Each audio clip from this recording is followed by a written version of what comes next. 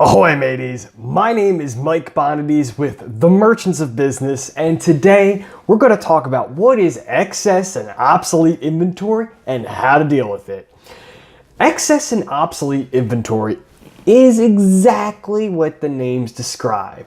It's inventory that you have too much of or is no longer valid inside of the marketplace. An example of excess inventory is when Atari made more game systems than there were humans in the United States. The product is great, but they just simply made too much. An example of obsolete inventory is when a new model of a product comes out that replaces the old model. Think of an iPhone 8 over an iPhone 5. The iPhone 5 is now obsolete, and there isn't much of a market for an older phone. Excess and obsolete inventory, also called E&O, can be a nuisance for companies. E&O can clog up working capital by tying up dollars, which reduces your ability to purchase goods or eliminates your ability to spend in other places of your business.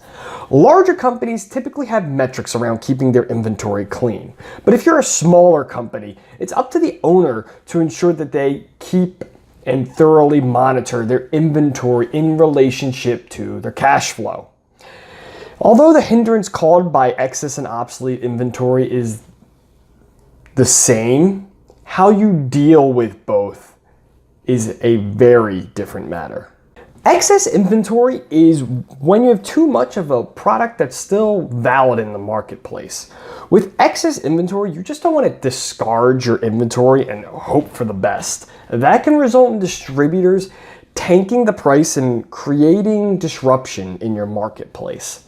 Your perfectly valid product may soon become saturated and consumers may be regulated to the no clearance price retail. Think about this. A grill normally retails for $99, but you discard a bunch of discounted excess inventory to your distributors and they start retailing it for $49 for a 2-month span.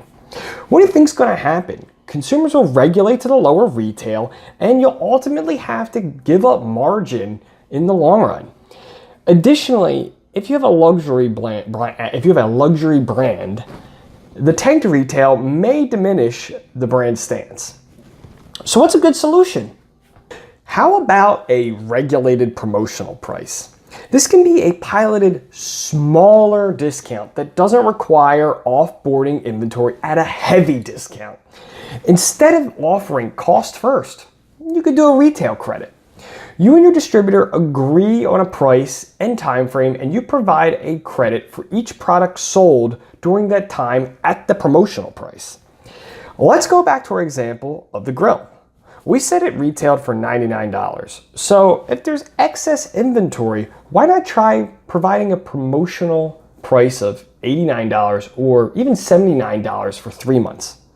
The lower price will cause an increase in sales and you'll have the safety of a controlled burn on your excess inventory.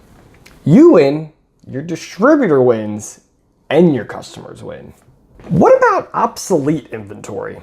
Since obsolete inventory isn't as sensitive as excess inventory, it allows for you to get more aggressive.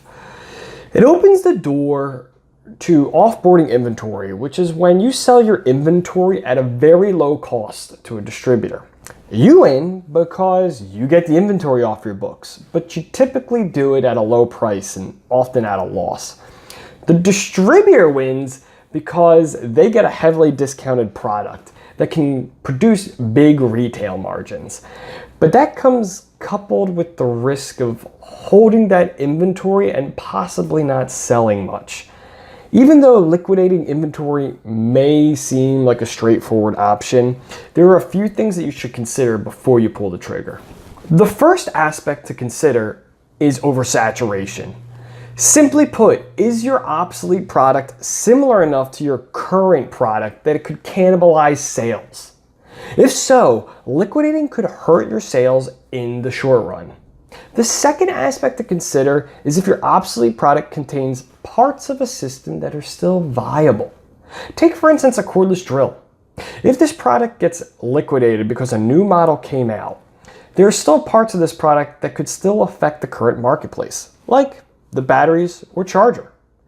The batteries or charger are the exact same when sold independently, or when they are part of another still relevant product package.